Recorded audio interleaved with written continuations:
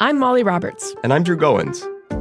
Each Friday on Impromptu, we talk through the questions we can't stop thinking about. Do we need to rethink how much we drink? Why are companies really asking workers to come back to the office? Does boycotting a business actually work? Should we quit social media? We're here when the news gets personal and the headlines hit home. Join Molly and me every Friday on Impromptu from Washington Post Opinions. Find Impromptu wherever you get your podcasts. I'm Rodney Williams. And I'm Travis Holloway. Welcome to the Wealth Break Podcast, a real conversation about finance. Let's be honest, building wealth doesn't look the same for everyone. I feel like sometimes being broke is a cycle and that we might have to revisit that. And we're not stopping at success stories. What happens when it doesn't go right? How do you cope with it? Because wealth isn't just about money. It's about creating a life where you thrive and help others do the same. Listen to the Wealth Break Podcast on the iHeartRadio app.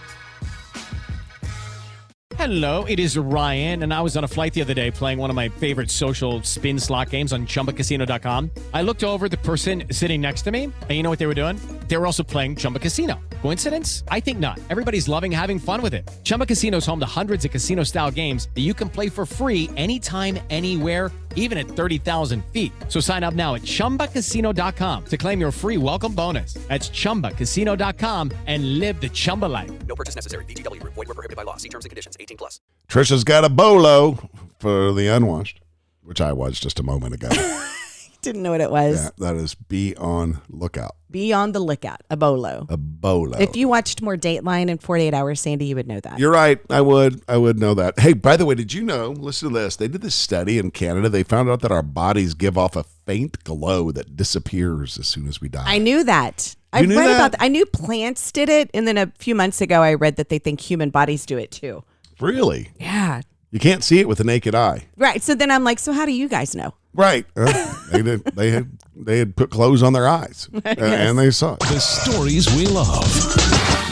Now coming to you from the Lester Holt studio, my dear friend and PIC from time to time, Trisha Delicia. So listen to this. Swifties are going to freak out when they hear this. A human leg bone was found less than half a mile down the road from Taylor Swift's Rhode Island mansion. Ooh. A leg bone, Sandy. Please do not believe it belongs to one of her ex-boyfriends. Just FYI. In fact, at this time is in capital letters, police do not suspect foul play. However, according to the New York Post, human bodies and remains have been found in multiple northeastern states in recent months, leading some residents to worry that there might be a serial killer on the loose. Oh, it sounds like you do. I feel like What's it 100% means that. Yeah, what's to wonder? Right. What you got here is a serial killer. I think you do. Yeah, and we've talked about this before, but how many active serial killers there are in the United States? The FBI says it's like 250. Yeah, it's some terrifying number. Like they could be I'm gonna walking get that real number among us. But, I mean, again, I mentioned Datelines and 48-Hour Mysteries before. All the time you find out that people who just live right next door to you really were chopping people up and sticking them under their house. Or who's that guy up in the Northeast who had a whole mile the Green River Killer? The Green River Killer, a whole mile of area that he just would kill people and scatter their remains. Yeah. Then he went back and pointed out all the spots. He remembered all of them over some crazy long period of time. My number was really bad. I'm sorry. The FBI has historically estimated 25 to 50 active serial killers in the United States at any given time. That's still a lot. Yeah. And again, the New York Post is saying that they've been finding remains multiple times in recent months, just in recent months. So I think it's somebody who's doing it right now. A lot of times it can be weird truck drivers. No, I'm not saying all truck drivers are weird. I'm saying it can be a truck driver who's weird, who travels up and down the same route. So they have their killing field. Yeah, there's one in Houston too. A serial killer in Houston? There's a killing field in Houston, between Houston and I think Beaumont, Texas. Really? Yeah. Did I ever tell you when I was a little girl, I lived in Houston. This was when I was 2 and 3 years old. and a very famous serial killer. We lived out in this neighborhood, this kind of new neighborhood, and like within, I don't know, 6 blocks of our house was an area where you could rent boat storage. It had like an old aluminum building. People were renting the spaces and storing their boats there, and it turned out to be the dumping ground of a very famous serial Tell me killer. about this. Yeah. This one that I was talking about is between Houston and Galveston. It's a 50-mile stretch where 4 women's bodies were found between 83 and 91. Very swampy, remote, bayous, oil fields, stuff like that. Since 1971, 34 bodies, mostly girls, have been found along that corridor. Terrifying. It is terrifying. The serial killer that was dumping bodies by the house that I was living near, the Candyman serial killer. Ooh. That's terrifying. Yeah. Dean Coral. They finally got him. Candyman serial killer. Yeah. The reason we found out it was a dumping ground was because my mom said the cops had taken him out there and the lights were everywhere and he was showing them where to dig. Come on. Wow. It's terrifying. I think Taylor Swift, just shake it off. Yeah. I think shake it off. I think she's got plenty of security. She's fine. Stick around. More coming up. Trisha's got some details on Jeff Bezos' wedding, which is happening next month in just a moment. The story we love. I found this kind of interesting. Microsoft put out a new report that claims office employees are interrupted by meetings, emails, and chats every 2 minutes. Oh, God. 2 minutes. Every 2 minutes. That would drive me absolutely insane. Right. How does anything get done? Man, I have to turn my phone on to do not disturb. And I had a boss, though, that was super impressive. He literally had an open door policy. You could walk into his office and he would stop whatever he was doing, unless he was on the phone. Yeah. He would stop whatever he was doing and would give you his 100% attention. Nice. I was always impressed with that. Yeah. 'Cause he had people popping into his office all the time. Constantly. I couldn't do it. I'd say, hey, you got to come back. You got to let me finish I'd be like this. the professors in college. I've got office hours. Yeah. That's when I will meet with you, right? You want an audience with me? Get on the schedule. Oops, sorry about that. You ready? I'm ready. From the Lester Holt Studios, it's Trisha Delisha. All right. So Jeff Bezos and Lauren Sanchez getting married at the end of June. We do know for sure that they're getting married in Venice, Italy. For a while, there were crazy rumors going around that the big event was going to cost $500 million. Wow. I don't know how, but they have figured out that it's just going to be a more intimate $10 million wedding. Guest list includes about 200 close friends and family, with people such as Kim Kardashian, Kris Jenner, Katy Perry, and more attending. Each guest is going to cost an estimated $50,000 with luxury accommodations at the Aman Venice and the Gritty Palace, reportedly costing $500,000 a night to rent just for the accommodations. Other costs include being able to dock their yacht, that giant yacht he has. I guess if any of the other guests have yachts, and like through photography, all the different fashion that's going to be going on. But apparently he's saving some money because there were also rumors of performances by Lady Gaga and Elton John, and those have been shut down as completely false. Money's no object, and you're going to hire entertainment at your wedding. Who do you hire? For me? Yeah. Oh, gosh. That's a fun question. Right. You can. You're Jeff Bezos. You can hire anybody you want. I mean, I'm real interested in Elton John. Yeah, that'd be pretty cool. Who else? Oh, my gosh. Foo Fighters. Foo Fighters. Yep. Foo Fighters. Benson Boone. Benson Boone. Just kidding. Wow. I would. He could be the warm-up act. I love me some Benson Boone. For his one song. No, I'm telling you, I listened to his album. Yeah. I like almost all of his songs. But if you're Jeff Bezos and you hire Benson Boone, you would have the one caveat. I'll hire you. I'll pay you what you want. You can't do a flip. Nope. Shave the mustache. Shave the mustache. No mustaches at this wedding. Can't do a flip. I don't know, because then I feel like you should immediately be like Cher, like the big icons, right? Yeah. But I mean, I think Cher's amazing. Coldplay. But her songs are not my most favorite. Coldplay. You love Coldplay. I only like that one song by Coldplay. All right.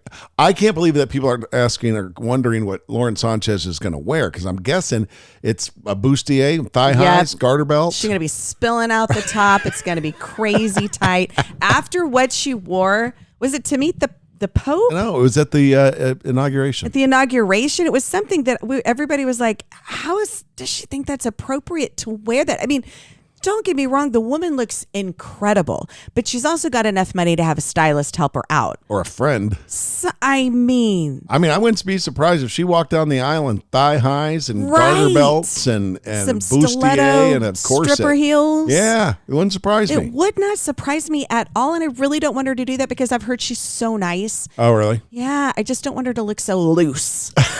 Right? Thanks, Grandma. She's real loose looking. She's a loose lady. It's very liberal with the term. All right. Lady. That is the story we love. Thanks for being with us. More coming up. Hey, we love hearing from you guys via text. Do that at 737-301-9600. Again, 737-301-9600. You know what's funny is I have text conversations with our listeners all day long, even up until like close to bedtime. Really? I'll be responding to some of them. Uh-huh. And, like someone will be, I'll just texting them and they're like, what are you doing? And I'm like, I'm watching the hockey game or whatever. They're like, oh yeah, me too. It's just funny. Right. Like, I feel sad that I can't get in on that. No, I don't want you any part of that. Why not? You can be offensive. What? The stories we love. Good morning, everyone. And now, from the Lester Holt Studios, it is Trisha Delisha. All right, you guys, sad news. Norm has left the bar. Yeah. George Wendt, who starred in Cheers as Norm, died Tuesday morning. He was 76. There's no word on the cause of his death, but his family says he died peacefully in his sleep while at home. I feel like there's really no better way to go. Yeah. Peacock made a cool montage of every time Norm entered the bar. Oh, cool. You want to hear it? Yes. Afternoon, everybody. Norm! How you doing, Norm? What do you know? Not enough. Afternoon, everybody. Hey, Norm. Better give me a tall one in case I like it. Afternoon, everybody. Hey, Norm! How's life treating you, Norm? I just ran over its dog. What's up, Norm? My nipples. It's freezing out there. What can I do for you, Norm? Well, I am going to need something to kill time before my second beer. How about a first one? You got it. No, rip to the George. I know. He just was such an iconic character. And then people were like, there's somebody on the trail that I see all the time. And she's like, I go, it's like you're the mayor of the walking trail. And she's like, they call me Norm out here. Really? She's always around. I thought that was kind of funny. But George Wendt, he played Norm on all 11 seasons of Cheers, earned him more than enough drinks in real life. He said everywhere he went, people would send him beers. Oh. Yeah. And he got 6 Emmys, nominated for 6 Emmys because of his role. I know. Super. I mean, he was in a bunch of other things, but I feel like I will only ever associate him with Cheers. He'll always be Norm. I know. And then so some of the Cheers castmates paid tribute to him. Ted Danson said, it's going to take me a long time to get used to this. I love you, Georgie. Rhea Perlman said he was the sweetest, kindest man she ever met. And then Kelsey Grammer, who kind of standoffish, right? Even his character, said, I liked George a lot. He was beloved by millions. He was a fairly young guy when he did George. I just did the quick math. The show ran from 82 to 93, so he was like 33 years old. He looked older than that, though, right? Norm always looked older. Did we ever know what Norm did, like, for a living? I don't know. I don't know. Yeah, I don't know. I don't think we did. Let me see. The real name of the bar is the Bullfinch Pub in Boston. And it's still there? Yep. It's still there. It looks the outside looks different. You know what I mean? It's not that same iconic sign that you would see in the show. Gosh, I shouldn't say that. I don't know. It's been a long time since I was there. Although last time I was in Boston a few years ago with my buddy Marlon, I about had enough of Marlon on the trip. And he was like, come on, let's walk over and see the Cheers bar. And I'm like, dude, we've been walking for 4 hours. I don't need to see the Cheers bar. I've seen it on television. You were just mad because you were walking. Everywhere. Yeah, everywhere. Well, rip to the George. Rip to the George. Norm. That's the story we love. More coming up. Hey, just so you know, Trisha, I'm starting to lock in for the feud. Oh, got the feud. Got the feud coming up in just a little bit. I'm starting to mentally prepare because I've been getting whipped. Just flat. There's no other way to put it. Whipped in the feud. I feel like it evens us out a little bit because you are the main guy when we play Song Quiz. Yeah, we didn't play this week, but because I'm focused on feud, the feud performance. Feud's at the top of your list right now. Stay with us. Our version of the Family Feud coming up in just a little bit. The stories we love. From the Lester Holt Studios, everyone's favorite reporter, Trisha Delisha. Hey. All right. Skibbity Toilet. Some of you parents out there might have to ask your kids for more info on this. It started as some weird, kind of disturbing 11-second YouTube video of a man's head sticking out of a toilet and he was singing, but it has since blossomed into an entire franchise with hundreds of videos and an actual plot. And in a nutshell, the plot is it's about a race of singing toilet men who are at war with humanoids who have TVs, cameras, and speakers for their heads. And apparently the kids go nuts for it. Nuts enough that Michael Bay, the director of those mega movies Transformers, is now directing a Skibbity Toilet movie. I'm really worried What's happening? I am worried about the future generations. Right. Wow. Oh my God. It's a whole movie. The 11-second video was incredibly painful and made me feel weird. I did not like it at all. How is Michael Bay going to make a movie out of this, right? Right. I don't know. But again, it's huge with the kids. Michael Bay is no director to sneeze at either. Yeah, but I'm very worried about the future generations because these types of things are so huge with the kids. Yeah. Right? Right. And there's some new thing out there. It's the weird kids. I don't know. Then our kid is the weird kid. She's into this? She was the one who showed this to me, 6 months or a year ago. And now there's this new thing. Whenever she shows me something, then it's within a week or so, then I see some sort of a story about it or whatever. Yeah. And the new thing is called the Italian brain rot. And it has to do with putting Italian words in front of names of like coffee drinks. Oh. I don't know what it is. It's literally, it just sounds like her saying words in Italian next to weird sounds and words. And she told me and I was like, I don't understand that. And then not 3 days later, I read a whole story about Italian brain rot. And it's just random stuff on TikTok and Instagram. You need to start paying more attention. It'll keep you hip. But these things are so weird. They're so weird that I'm out. Next, there's going to be some Italian brain rot movie. I don't know, directed by Tom Cruise. Maybe so. Yeah. Skibbity Toilet movie. You got that to look forward to, people. Can't wait. That's the story we love. Don't go anywhere. We got more coming up. Trisha says Tom Cruise has got an announcement for everyone. Mm-hmm. We're not getting rid of him anytime soon. Details in a moment in the story we love. Trisha has stumbled upon a story that I think you're going to like. It's a little story before a story. Okay. There's an animal sanctuary in Western Canada, and they took in a big old pig named Truffles. Truffles. Yeah, they took him in. It's a sanctuary, and he's already become best friends with a little chicken. A pig and a chicken, unlikely best friends. And the chicken's name is Little Red, and Little Red just likes to ride around on Truffles' back. And Truffles doesn't seem to care at all. And the employees best friend. at the sanctuary said they are inseparable. Oh, they probably eat and sleep together. Best of friends. Little Red probably pecks around on Truffles. Truffles and Little Red. Sounds like a gang. It does. Delicious. Oh, so delicious. All right.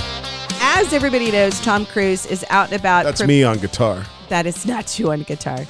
Tom Cruise everywhere promoting his 8th and he says final installment of Mission Impossible. Do you realize that he has kept that franchise going for 30 years? Hey, it's been awfully good to Tom. I know. And, he does all of his own stunts. So he was being interviewed on the red carpet for one of these movie premieres. And somebody said, are you going to retire at any point? And he said, I used to say I'm going to make movies into my 80s. Actually, I'm going to make them into my hundreds. Good for you, Tom Cruise. Plans on living for a very long time. He is also going to start extending some of the other franchise films like Top Gun. We're going to get another Top Gun. I'm not mad at that. Oh, yeah. Got to get Rooster's story. Oh, the son. Yep. Goose's son. Yep. Yeah, I'm not mad at that at all.